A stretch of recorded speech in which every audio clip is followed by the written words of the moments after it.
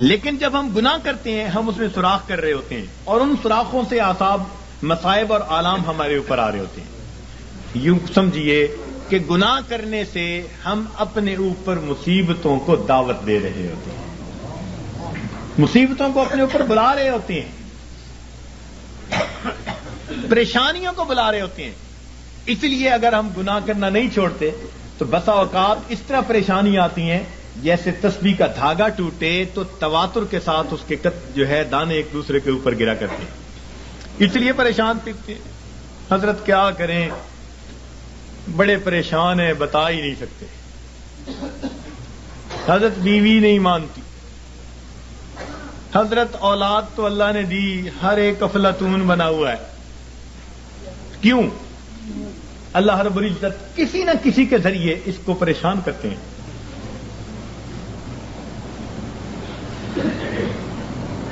عدل و انصاف فقط حشر پہ موقوف نہیں، عدل و انصاف فقط حشر پہ موقوف نہیں، زندگی خود بھی گناہوں کی سزا دیتی ہے، زندگی میں بھی سزا ملتی ہے گناہوں کی. اس لیے اس سے بچنے کا ایک ہی راستہ کہ ہم گناہوں کو چھوڑ دیں، ترک کر دیں، معصیت سے خالی زندگی اختیار کرنے کی کوشش کریں. ہمارے سلسلہ نقشبندیہ کے ایک بزرگ تھے حضرت خواجہ ابو الحسن خرقانی رحمت اللہ علیہ، فرمایا کرتے تھے کہ جس آدمی نے جو دن معصیت کے بغیر گزارا ایسا ہی ہے جیسے اس نے وہ دن نبی علیہ الصلوۃ والسلام کی معیت میں گزارا.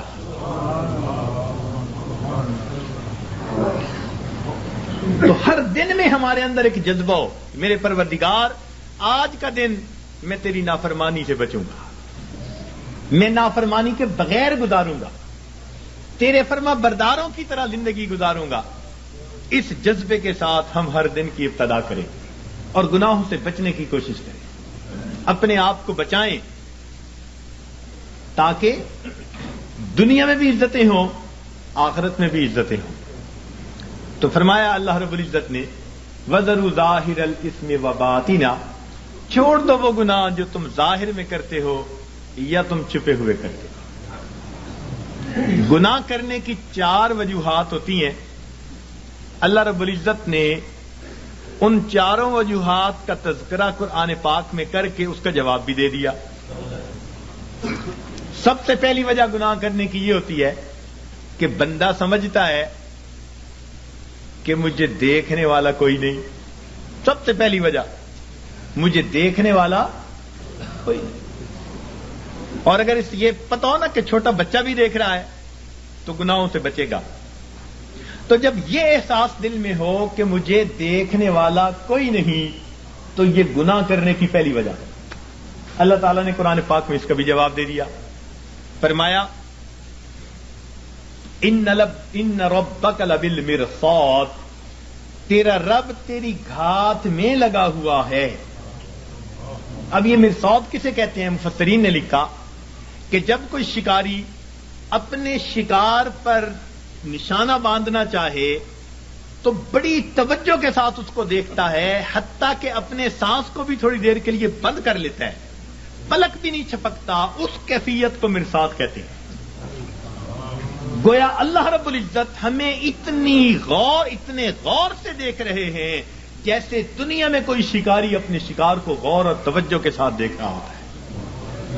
تو جب ہمیں اتنی باریکی سے دیکھا جا رہا ہے تو ہم کیسے کہہ سکتے ہیں کہ دیکھنے والا کوئی نہیں؟ تو اس کا جواب دے دیا کہ یہ نہ سمجھنا کہ دیکھنے والا کوئی نہیں، ان ربک لبالمرصاد.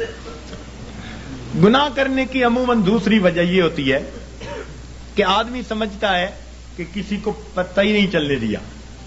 جی میں نے فون کیا، پتہ نہیں چلنے دیا، میں نے فلاں یوں کیا، پتہ ہی نہیں چلنے دیا، کسی کو پتہ ہی نہیں. جی یہ گناہ کرنے کی دوسری وجہ ہوتی ہے کہ بندہ سمجھتا ہے کسی کو پتہ ہی نہیں. اللہ رب العزت اس کا بھی جواب دیتے ہیں. فرماتے ہیں کہ میں وہ ذات ہوں یعلم خائنۃ الاعین وما تخفی الصدور، میں جانتا ہوں تمہاری آنکھوں کی خیانت کو اور جو تمہارے دلوں کے اندر چھپا ہوا. تو جواب دے دیا کہ یہ مت زوم میں رہنا کہ ہمیں کوئی نہیں، کسی کو پتہ ہی نہیں چلنے دیا. وہ جانتا ہے تمہاری آنکھوں کی خیانت کو اور جو تمہارے دلوں میں چھپا ہوا ہے. تو اس کا بھی جواب دے دیا. گناہ کرنے کی عام طور پر تیسری وجہ یہ ہوتی ہے کہ بندہ سمجھتا ہے کہ میرے پاس کوئی نہیں تھا، میں اکیلا تھا، جس کا تھا ڈر وہ نہیں ہے گھر، اب جو چاہے کر، مقولہ بنا ہوا ہے. تو جب بندہ محسوس کرتا ہے نا جی میرے پاس کوئی نہیں تھا، تو یہ گناہ کرنے کی تیسری وجہ ہوتی ہے. اللہ تعالیٰ نے اس کا بھی جواب دے دیا. فرمایا تم 3 ہوتے ہو تو چوتھا اللہ ہوتا ہے، 4 ہوتے ہو تو 5واں اللہ ہوتا ہے. وَهُوَ مَعَكُمْ أَيْنَمَا كُنْتُمْ، وہ تمہارے ساتھ ہوتا ہے تم جہاں کہیں بھی ہوتے ہو. تو اس لیے اس کا بھی جواب دے دیا کہ یہ نہ سوچنا کہ پاس کوئی نہیں ہمارے. گناہ کرنے کی چوتھی وجہ، انسان ڈھیٹ بن جائے، بے حیا ہو جائے. بچہ بڑا ہو جائے نا، بے حیا بن جائے تو باپ کو کہتے اچھا نہیں میں کرتا، کیا کریں گے؟ یا پڑوسی کو کہتے اچھا نہیں میں یوں کرتا، تم کیا کر لو گے؟ یعنی جب یہ ذہن میں ہوتا ہے کہ کوئی میرا کچھ نہیں بگاڑ سکتا تو بندہ کہتا ہے تم کیا کر لو گے؟ اچھا میں کرتا ہوں، تم کیا کر لو گے؟ یہ گناہ کرنے کی چوتھی وجہ ہوتی ہے. اللہ تعالیٰ اس کا بھی جواب دیتے ہیں اور فرماتے ہیں کہ بندے یہ مت سمجھنا کہ اللہ تعالیٰ کیا کر لیں گے. ان اخذہ علیم شدید، اس کی جو پکڑ ہے وہ دردناک بھی ہے اور سخت بھی ہے. وَيُوثِقُ وَثَاقَهُ أَحَدٌ، ایسے باندھتا ہے کہ ایسا دنیا میں کوئی باندھ نہیں سکتا. ایک جگہ فرمایا انی اعذبہ عذاب لا اعذبہ احدا من العالمین، میں ایسا جو ہے عذاب دوں گا کہ جہانوں میں ایسا عذاب کوئی دوسرا دے نہیں سکتا. اور جب قومیں نافرمانی کرتی ہیں فرمایا فصب علیہم ربک صوت عذاب، اس کا کوڑا آتا ہے عذاب کا. تو فرمایا یہ مت سوچنا کہ کوئی کیا کر لے گا، حیثیت ہی کیا. تو چاروں وجوہات کا جواب دے دیا تاکہ بندے گناہوں کو چھوڑ کر نیکی کی زندگی کو اختیار کریں. اور گناہ پر اللہ تعالیٰ قیامت کے دن 4 ہی گواہ متعین فرمائیں گے. 4 گواہ قیامت کے دن پیش کیے جائیں گے. سب سے پہلا گواہ اس بندے کے کندھوں کے اوپر جو کرامن کاتبین ہوتے ہیں وہ سب سے پہلے گواہ ہوں گے. ان علیکم لحافظین کرامن کاتبین یعلمون ما تفعلون. فرشتے گواہی دیں گے رب کریم ہم نے اس کو یہ گناہ کرتے دیکھا، یہ گناہ کرتے دیکھا، یہ گناہ کرتے دیکھا. یہ سب سے پہلی گواہی ہوگی معصوم فرشتوں کی گواہی. پھر دوسری گواہی اس کے نام اعمال کو پیش کیا جائے گا. ووضع الکتاب فتر المجرمین مشفقین مما فیہ. پھر گنہگار بندہ، مجرم بندہ جب دیکھے گا نام اعمال کو تو اب ڈرے گا، گھبرائے گا. کیا کہیں گے؟ وَيَقُولُونَ يَا وَيْلَتَنَا مَا لِهَٰذَا الْكِتَابِ، ہائے ہماری کم بختی، یہ کیسی کتاب ہے. لا يغادر صغیرة ولا کبیرة الا احصاها ووجدوا ما عملوا حاضرا ولا يظلم ربك احد. جو کیا ہوگا اپنے سامنے حاضر پائے، تیرا رب کسی پر ظلم زیادتی نہیں کرے گا. تو یہ دوسری گواہی ہوگی. اور تیسری گواہی اللہ تعالیٰ زمین سے لیں گے. زمین کو پوچھیں گے کہ تو بھی خبریں سنا، تیری پیٹھ پر کیا ہوتا رہا. یومئذ تحدث اخبارها بان ربک اوحی لها. زمین گواہی دے گی، بتائے گی کہ میری پشت پر اس نے فلاں جگہ یہ گناہ کیا، فلاں جگہ یہ گناہ کیا، اس گناہ کے لیے چل کے گیا تھا. زمین گواہی دے گی. اور چوتھے گواہ وہ انسان کے جسم کے اپنے اعضاء ہوں گے. اس کے اوپر گواہی دیں گے سمعهم وابصارهم وجلودهم بما كانوا يكسبون. اس کی آنکھیں، اس کی زبان، اس کے کان، یہ سب اس کی گواہی دیں گے. اور پریشان ہوں گے اس وقت لوگ. وقالوا لجلودهم لما شهدتم علينا. اس وقت اپنے اعضاء کو یہ کہیں گے کہ تم نے کیوں گواہی دی، اور تمہاری لذتوں کی خاطر ہی تو ہم گناہ کرتے تھے، تم نے کیوں گواہی دی؟ قالوا انطقنا اللہ الذی انطق کل شیء، وہ اعضاء کہیں گے ہمیں اللہ نے گویائی دی جس نے ہر چیز کو گویا کیا، اس لیے جو بیتا ہم تو اس کی پوری رپورٹ اپنے رب کو پہنچائیں گے۔ اللہ تعالیٰ فرماتے ہیں وما کنتم تستترون، کہ تم تو پردہ ہی نہیں کرتے تھے اپنے ان اعضاء سے کہ یہ قیامت کے دن گواہ بننے والے ہیں۔ تو کوئی آدمی اپنے اعضاء سے پردہ کر سکتا ہے گناہ کرتے ہوئے؟ انہی سے تو کرنا ہوتا ہے۔ تو یہ 4 گواہ قیامت کے دن گناہگار کے خلاف پیش کر دیے جائیں گے، اور بندے کے لیے پھر فرار کا کوئی راستہ نہیں رہے گا سوائے اس کے کہ اس کو خود تسلیم کرنا پڑ جائے گا کہ رب کریم ہاں میں نے یہ گناہ کیے، خطائیں کی۔ تو اس لیے آسان طریقہ یہ ہے کہ ہم دنیا میں ہی ان گناہوں کو چھوڑ کر اپنے رب کریم سے اس کی معافی مانگ لیں، پروردگار سے اس کی معافی مانگ لیں، تاکہ اللہ تعالی ہمارے ان گناہوں کو معاف فرما دے۔ دیکھیے حضرت ابراہیم اعظم رحمۃ اللہ علیہ کے پاس ایک نوجوان آیا، کہنے لگا حضرت گناہ کرتا ہوں، چھوڑ نہیں سکتا، ڈر بھی لگتا ہے اللہ تعالی کی ذات سے اور اس کے عذاب سے، تو میں کیا کروں؟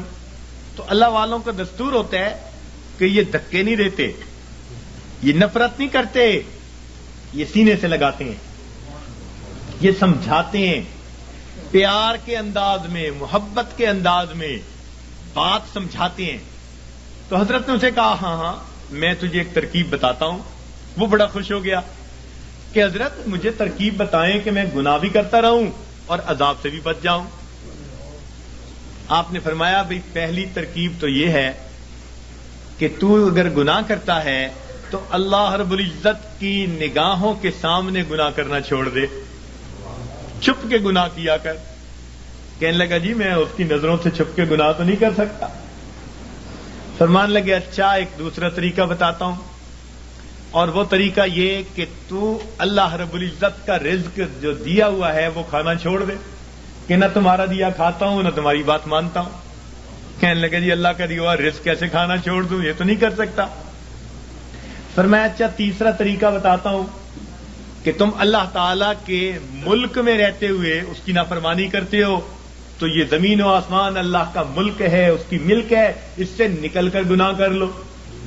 کہ جی میں کیسے نکل سکتا ہوں زمین و آسمان سے باہر؟ پروردگار بھی فرماتے ہیں یا معشر الجن والانس ان استطعتم ان تنفذوا من اقطار السماوات والارض فانفذوا لا تنفذون الا بسلطان۔ اور گڑھے کی مچھلیوں نکلو گے کسی دلیل سے نکلو گے، کدھر جاتے ہو؟ سنفرغ لکم ایھا الثقلان۔ اللہ اکبر، ایسا شاہانہ خطاب ہے جو ہلا کے رکھ دیتا ہے۔ سنفرغ لکم ایھا الثقلان، تثنیہ کا صیغہ، اے میری زمین کے بوجھو، یعنی نافرمان جن اور انسان، ان کو مخاطب کیا گیا۔ اے جنوں اور نافرمان انسانوں، ہم اپنے آپ کو تمہارے لیے فارغ کر رہے ہیں، ان قریب اپنے آپ کو فارغ کر رہے ہیں۔ ہم تمہاری خبر لیتے ہیں، تمہارا پتہ کرتے ہیں۔ جیسے ماں کوئی کام کر رہی ہو نا، بچے کو دھمکاتی، کہتی ہے میں آتی ہوں، یہ نہیں کہ آ نہیں سکتی، تو دھمکانا مقصود ہوتا ہے۔ تو فرمایا اے میری زمین کے بوجھو، ہم اپنے آپ کو ان قریب تمہارے لیے فارغ کر رہے ہیں، نپٹیں گے تمہارے ساتھ، ہمیں حساب لینا بھی آتا ہے۔ وَنَضَعُ الْمَوَازِينَ الْقِسْطَ لِيَوْمِ الْقِيَامَةِ۔ تو اس لیے وہ کہنے لگا جی کہ میں تو نہیں زمین و آسمان سے باہر جا سکتا۔ فرمایا اچھا پھر میں آپ کو ایک تجویز اور دیتا ہوں، وہ یہ کہ اگر تم گناہ کرتے رہو گے تو نام اعمال میں بہت سارے گناہ ہوں گے۔ اب جب ملک الموت آئے گا تو اس وقت تم اسے کہنا کہ بھئی تھوڑی دیر انتظار کر لو تاکہ میں سچی توبہ کر لوں۔ کہنے لگا حضرت اس نے تو انتظار نہیں کرنی، جس سانس میں موت آنی ہے اس سے اگلا سانس بندہ نہیں لے سکتا۔ اذا جاء اجلہم فلا یستأخرون ساعة ولا یستقدمون فلا یستطیعون توصیۃ ولا الی اہلہم یرجعون۔ وصیت کرنے کی بھی فرصت نہیں ہوگی۔ اس نے کہا حضرت میں یہ نہیں کر سکتا۔ فرمایا اچھا پھر ایک طریقہ اور بتا دیتا ہوں کہ جب تمہیں قبر میں لے جائیں گے اور منکر نکیر آئیں گے اور پوچھیں گے سوال و جواب تو اس وقت منکر نکیر کو کہنا کہ میری قبر سے باہر نکل جاؤ. جیسے ہم نے گھروں پہ لکھوایا ہوتا ہے نا, بغیر اجازت اندر آنا منع ہے, نو ایڈمیشن وداؤٹ پرمیشن. تو تم بھی کہنا بھائی بغیر اجازت کیوں آئے؟ اس نے کہا جی وہ مجھ سے پوچھ کے تھوڑا آئیں گے. پر میں اچھا پھر ایک آخری بات باقی رہ گئی, وہ تجویز بتاتا ہوں. اس نے کہا کون سی؟ کہ قیامت کے دن جب تمہارے گناہ اللہ رب العزت کے حضور پیش کیے جائیں گے اور اللہ تعالیٰ تمہیں جہنم جانے کا حکم دیں گے اور فرشتے پکڑ کے لے جانے لگیں گے, تو ضد کر کے کھڑا ہو جانا, میں نہیں جاتا. اس نے کہا حضرت فرشتوں کے سامنے میری کیا حیثیت ہے کہ میں کہوں میں نہیں جہنم میں جاتا. جب اس نے کہا میری کیا حیثیت ہے, تو اس وقت فرمایا, اس وقت اس کو ٹھوکر لگائی, فرمایا کہ اے دوست جب تو ان میں سے کچھ بھی نہیں کر سکتا تو اپنے رب کی نافرمانی ہی کیوں کرتا ہے؟ اس نے کہا حضرت مجھے بات سمجھ آ گئی, آج کے بعد میں اپنے پروردگار کی نافرمانی نہیں کروں گا. تو یہ اللہ والوں کے سمجھانے کا انداز ہوتا ہے, وہ اچھے انداز میں بات سمجھاتے ہیں. تو اس نے گناہوں کو چھوڑنے کا فیصلہ کر لیا. تو گناہ ہم جو کرتے ہیں یہی گناہ ہمیں پریشان رکھتے ہیں. یاد رکھیے گناہوں کی وجہ سے ہی افراد مصیبتوں میں پڑتے ہیں اور قومیں مصیبتوں میں پڑتی ہیں, اور نیکی کے ذریعے اللہ رب العزت ان کو مصیبتوں سے نکالا کرتے ہیں. آج ہماری حالت تو یہ ہے کہ کام کرتے ہیں بنگیوں والے اور تنخواہ مانگتے ہیں بادشاہوں والی. یاد رکھنا مسلمان کے لیے دنیا میں دو راستے ہیں, نیکی کرے گا امام عالم, اور اگر گناہ کرے گا تو غلام عالم بنے گا. نیکی کی زندگی ہوگی تو امام عالم بنے گا, اور اگر گناہوں بھری زندگی ہوگی تو کیا بنے گا؟ آج من حیث القوم ہم کیا بنے پھرتے ہیں؟ تیرے ہاتھ میں ہو قرآن تو دنیا میں رہے پریشان, تیرے ہاتھ میں ہو قرآن اور تو دنیا میں پھرے ناکام, تیرے ہاتھ میں ہو قرآن اور تو دنیا میں پھرے غلام. غلامی نفس کی ہو, شیطان کی ہو یا کسی انسان کی ہو, نہ ہمیں کہتا ہے یہ قرآن, اور میرے ماننے والے مسلمان اقرا وربک الاکرم, تو پڑھ قرآن تیرا رب کرے گا تیرا اکرام. تو مومن کے لیے دنیا میں دو راستے ہیں, فرما برداری کی زندگی گزارے گا تو امام عالم, اور نافرمان بن کر فاسق و فاجر بن کر زندگی گزارے گا تو غلام عالم. تیسرا راستہ اس کے لیے کوئی نہیں ہے. تو گناہوں کو چھوڑ کر ہماری زندگی پرسکون ہو سکتی ہے. یہ بات بتانے کی ضرورت اس لیے پیش آئی کہ آج کل اکثر جو سالکین آتے ہیں وہ پریشانیاں دنیا کی لے کے آتے ہیں, پھنسے ہوتے ہیں دنیا میں, آتے ہیں تو دو تین باتیں کرتے ہیں. آتے ہی سب سے پہلی بات, حضرت میں نے بڑے بڑے مشائخ کو دیکھا ہے مگر آپ سے بیعت ہوا ہوں, یعنی احسان جتلا رہے ہیں کہ میرا آپ پر احسان کہ میں بیعت ہوا. واہ واہ, حضرت میں نے بڑے بڑے مشائخ دیکھے ہیں مگر میں نے بس آپ سے بیعت کی کہ تاکہ ان کے دل میں پہلے سے یہ احسان مند ہو جائے. اور حضرت بس میں نے اب حالات آپ کو ہی بتانے ہیں. اور حالات کیا بتاتے ہیں؟ بس حضرت کاروبار کوئی اچھا نہیں چل رہا, کوئی تعویذ دے دیجیے پڑھنے کے لیے, ویسے میں نے جلدی گھر جانا ہے. دوسری بات, حضرت بس بیوی سے کچھ بنتی نہیں ان دنوں, کچھ اس کے لیے بھی پڑھنے کو بتا دیں, ویسے میں نے جلدی گھر جانا ہے. اور تیسری بات کیا کرتے ہیں؟ حضرت ورد وظیفہ تو ہوتا نہیں, کچھ خود ہی پھونک مار دیں, ویسے میں نے جلدی گھر جانا ہے. اب اگر یہ باتیں لے کر آئیں گے تو ذکر و سلوک کیا سیکھیں گے؟ اللہ تعالیٰ ایسے تو نہیں ملتا نا کہ انسان دنیا لے کر آئے اور دنیا کے مسائل کی باتیں پوچھ کے واپس جائے اور سمجھے مجھے اللہ مل جائے گا. پھر کہتے ہیں جی 3 سال سے بیعت ہو گئے, 5 سال سے بیعت ہوئے, ہوا تو کچھ نہیں, ہم نے کچھ نہیں کیا. اس لیے یہ ٹاپک آج بتانے کی ضرورت پیش آئی کہ ہم اپنی زندگی کے رخ کو جب تک ٹھیک نہیں کریں گے اس وقت تک ہماری زندگی کی یہ پریشانیاں ختم نہیں ہوں گی۔ ماں باپ خود اپنی اولاد کو پریشان کر کے خوش نہیں ہوتے، اللہ رب العزت اپنے بندوں کو پریشان کر کے کیسے خوش ہوں گے؟ تو وہ نہیں خوش ہوتے، اس لیے فرمایا ما یفعل اللہ بعذابکم ان شکرتم وآمنتم، اگر تم ایمان لاتے شکر کرتے اللہ تعالیٰ کو تمہیں عذاب دے کے کیا ہاتھ آتا؟ اللہ تعالیٰ کیا کرتا تمہیں عذاب دے کے؟ وہ کیوں عذاب دیتا؟ تو اللہ تعالیٰ خوش نہیں ہوتے، وہ نہیں چاہتے کہ بھوکے ننگے رہیں بندے، پریشان رہیں بندے۔ یاد رکھیے اللہ رب العزت نے اپنے بندوں کو عذاب کے لیے پیدا نہیں کیا، اپنے بندوں کو ثواب کے لیے پیدا کیا ہے۔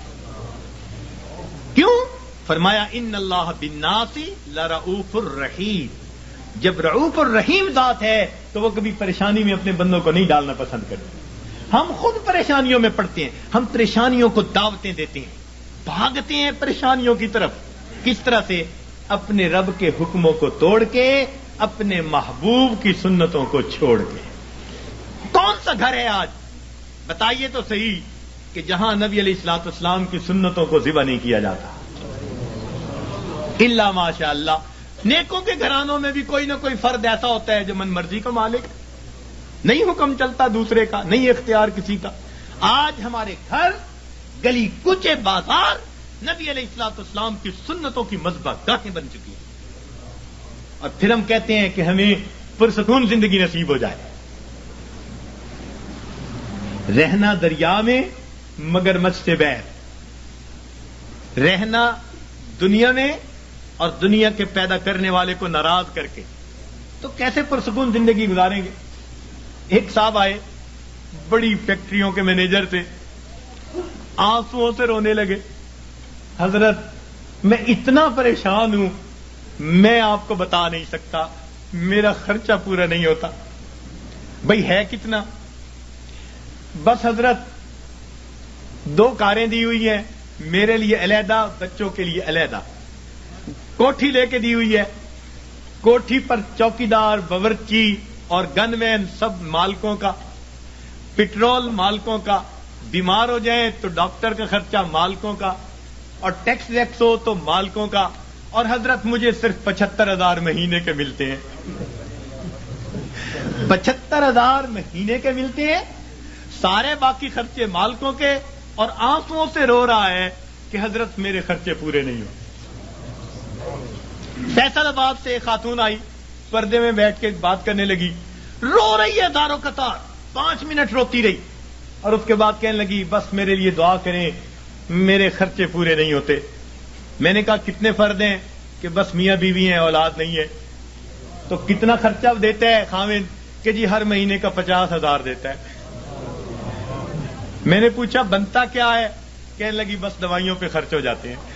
اور واقعی ایسے تھا، واقعی ایسے تھا، 50,000 روپیہ اکیلی خاتون کا خرچہ، مگر وہ ڈاکٹروں کے پاتوں میں چلا جاتا تھا۔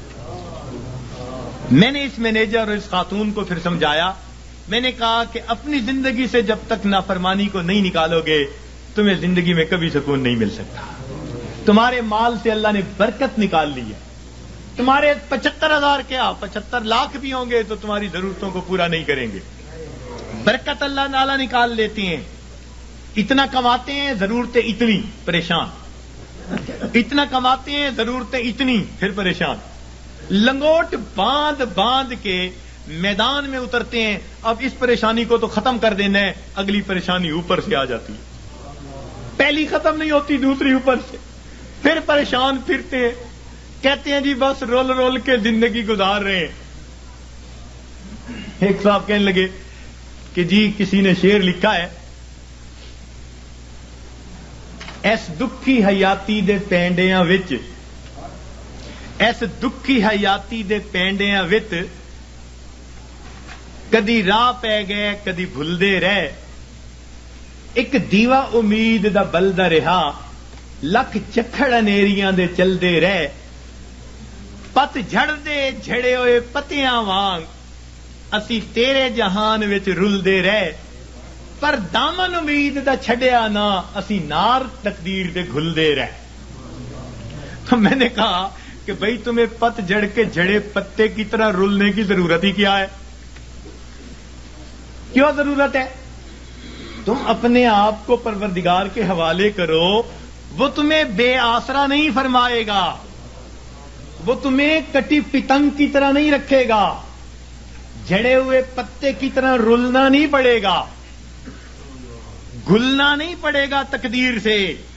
وہ تقدیر بنانے والے کے ساتھ اپنے آپ کو نتھی کر لو، پھر دیکھو کہ وہ پروردگار کیسے سکون اور اطمینان کی زندگی عطا فرما دیتا ہے.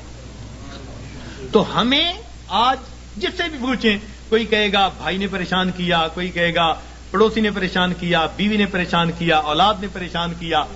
ہمیں کسی نے پریشان نہیں کیا، ہمیں ہمارے گناہوں نے پریشان کیا ہوا ہے، ہمیں ہمارے نفس نے پریشان کیا ہوا ہے، ہمیں شیطان نے پریشان کیا ہوا ہے. تو دشمن ہمارے دو ہی ہیں، نفس اور شیطان، اور دونوں گناہ کروا کے ہمیں پریشان کر دیتے ہیں. ہم گناہ کرتے ہیں سکون کی خاطر، اور گناہوں سے اور بے سکونی بڑھتی ہے. میر کیا سادہ ہے بیمار ہوئے جس کے سبب اسی عطار کے لونڈے سے دوا لیتے ہیں. جن کاموں سے پریشان ہوتا ہے بندہ سکون حاصل کرنے کی خاطر، ان کاموں کو کرتے پھرتے.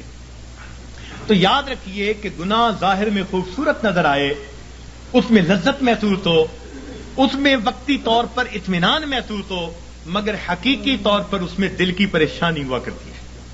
اور جتنا ہم گناہ کریں گے اتنا ہماری زندگی میں پریشانی آئے گی. یہ اللہ والے جو گناہوں سے اپنے آپ کو بچا لیتے ہیں، اللہ تعالیٰ ان کی زندگی کو سکون عطا فرما دیتے ہیں. یاد رکھیے، گناہوں کو چھوڑ کر بندے کو ایسے سکون ملتا ہے جیسے کہ بچے کو ماں کی گود میں آ کر سکون مل جایا کرتا ہے. تو گناہوں کو چھوڑ دیجیے. اور گناہ بھی کیا، علم اور ارادے سے گناہ کرنا، اللہ تعالیٰ اس کو بہت ناپسند فرماتے ہیں. علم اور ارادے سے گناہ کرنا. بے دھیانی میں گناہ ہو جائے جلدی معاف ہو جاتا ہے، بے علمی میں گناہ کر بیٹھے جلدی معاف ہو گیا. جب انسان اپنے علم اور اپنے ارادے سے سوچ سمجھ کر گناہ کر رہا ہوتا ہے، پھر اللہ رب العزت کی ناراضگی آتی ہے، پھر اللہ تعالیٰ غصے میں آتے ہیں. مگر اللہ تعالیٰ بڑے حلیم ہیں، وہ پہلے گناہ پہ بندے کو سزا نہیں دیا کرتے. بجلی ہے نا، اس کے بارے میں مشہور ہے کہ یہ پہلی خطا بھی معاف نہیں کرتی. تو اللہ تعالیٰ بجلی کی طرح نہیں ہے، وہ حلیم ذات ہے، وہ کریم ذات ہے، حوصلے والی ذات ہے. وہ بندے کو موقع دیتی ہے، لیکن جب گناہ کرتے کرتے، ہاں، تاکہ بندہ جاگے، اور جب نہیں جاگتا تو اللہ تعالیٰ پریشانیاں بھیجتے ہیں، کیونکہ پریشانیوں سے پھر بندہ گھبراتا ہے، پھر اللہ کی طرف پہنچتا ہے. اس لیے کسی عارف نے کہا، سکھ دکھاں تو دیواں وار، دکھاں آن ملایوم یار. سکھ دکھاں تو دیواں وار کہ دکھاں آن ملائم یار. خوشیاں سلاتی ہیں اور غم جگاتے ہیں. تو اللہ تعالیٰ پھر غم بھیجتے ہیں، بیماری بھیج دی، پریشانی بھیج دی، ناکامی بھیج دی، پھر پریشان ہوتے ہیں. تو جو اچھے جو ہے لوگ ہوتے ہیں وہ اس وقت پھر رب کی طرف آتے ہیں کہ ہمیں جگانے کے لیے یہ بات آئی. پھر وہ نمازیں بھی پڑھ رہے ہوں گے، تہجد بھی پڑھ رہے ہوں گے، اوراد و وظائف بھی کر رہے ہوں گے. وہ سمجھ رہے ہوں گے کہ اللہ تعالیٰ ہمیں اپنے گھر کی طرف بلانا چاہتے ہیں. پاک ہے وہ پروردگار جو اپنے بندوں کو پریشانیوں اور مصیبتوں کی زنجیروں میں باندھ کر اپنے در کی طرف بلا رہا ہوتا ہے.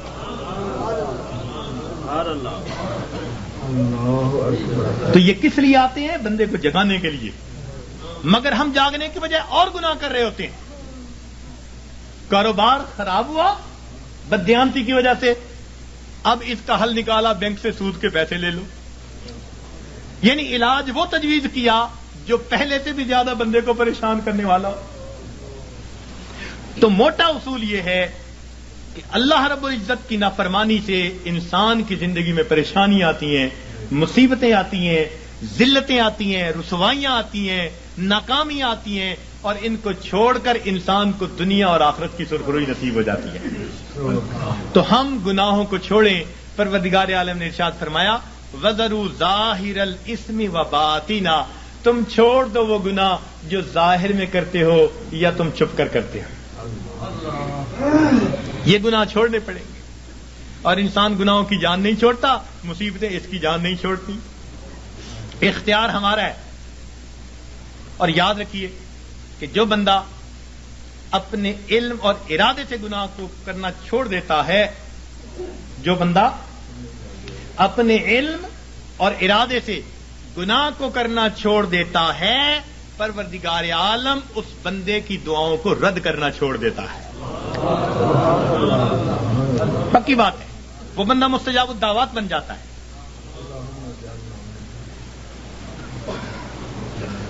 جو بندہ اپنے علم اور ارادے سے گناہ کرنا چھوڑ دیتا ہے، پروردگار عالم اس بندے کی دعاؤں کو رد کرنا چھوڑ دیتا ہے. پوچھتے ہیں حضرت اسم آدم بتاؤ، اس سے بڑا اسم آدم اور کیا ہے؟ یہ اسم آدم ہے کہ گناہوں کو چھوڑ دیں اور پھر دیکھیں پروردگار عالم کیا عطا فرماتے ہیں. اس لیے تو فرمایا کہ جو غیر محرم کی طرف نگاہوں کو ہٹائے گا، اللہ رب العزت اس کے دل کی عبادت، اس کے دل کو عبادت میں لذت عطا فرمائے گا. تو معلوم ہوا کہ ہر گناہ کے بدلے لذت ملتی ہے. تو چھوڑ دیجئے گناہوں کو تاکہ اللہ رب العزت دلوں کا سکون اور ایمان کی اور اعمال کی لذتیں عطا فرمائے. لذتیں عطا فرمائے. آج کہتے ہیں جی اور وظائف میں کچھ محسوس نہیں ہوتا. بھئی پہلی بات تو یہ محسوس ہوتا ہے یا نہیں، ہمیں تو بندگی کرنی ہے، ہمیں تو بیٹھنا ہے. یاد رکھیں، عبد اللطیف بنے، عبد اللطف نہ بنے. کچھ عبد اللطف ہوتے ہیں، لطف اور مزہ ڈھونڈتے پھرتے ہیں. حضرت مزہ نہیں آ رہا، ابھی مزے ڈھونڈنے ہیں. اللہ تعالیٰ کی بندگی کرنی ہے، اس کی یاد کرنی ہے. ہم پابند ہیں، غلام ہیں. ہاں اگر یاد میں وہ مزہ بھی دے دیتا ہے تو عنایت ہے اس کی.